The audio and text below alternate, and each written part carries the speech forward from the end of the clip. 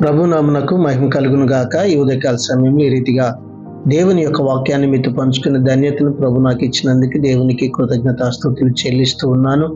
అలాగనే మీ అందరికీ కూడా ప్రేమపూర్వకమైనటువంటి వందనాలు తెలియజేస్తూ ఉన్నాను. ఈ దిన వాక్య ధ్యానము పేతురు రాసిన మొదటి పత్రిక 2వ అధ్యాయము 11వ వాక్యాన్ని చదువుకుందాం. ప్రియులారా, మీరు పరదేశులను యాత్రికులునై ఉన్నారు గనుక ఆత్మకు విరోధముగా పోరాడు శరీర ఆశలను విసర్జించుడి అని రాయబడిన ఈ వాక్యమును దేవుడు మనందరి వెనుకల్లో దీవించి ఆశీర్వదించును గాక. విశ్వాసులపై యుద్ధంలో సైతాను వాడే ఆయుధాల్లో పాప సంబంధమైన విషయాల పట్ల ఆశ ఒకటి. మన ఆధ్యాత్మిక జీవితాన్ని నరికి గాయపరిచే కత్తులు లాంటివి చెడు కోరికలు. దేవుని నుండి, పవిత్రత నుండి మన ఆలోచనలు మళ్లించే అగ్నిబాణాలు లాంటివి. వాటికి మనం లొంగిపోవలసిన అవసరం లేదు. వాటికి మన హృదయాల్లో తావు ఇవ్వవలసిన అవసరం కూడా లేదు. విసర్జించండి అన్న ఆజ్ఞ ఇక్కడ ఉంది.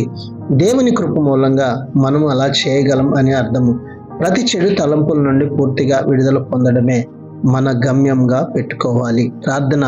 మహాగణుడ, మహోన్నతుడ, జీవాధిపతి, మా మంచి యేసయ్య, నీ మహాకృపను బట్టి ప్రేమించి మరొక నూతన దినాన్ని మాకు ఇచ్చినందుకు నీకు వందనాలు, స్తోత్రాలు చెల్లిస్తూ మా ఆత్మీయ జీవితానికి విరోధంగా నిలబడే ప్రతి అంధకార శక్తులతో పోరాడి ప్రభువా, నీ వాక్యానుసారంగా జీవించినట్టి భాగ్యాన్ని మాకందరికీ దయచేయమని యేసు పరిశుద్ధ నామంలో ప్రార్థించి అడిగి వేడుకుంటున్నాము తండ్రి. ఆమెన్.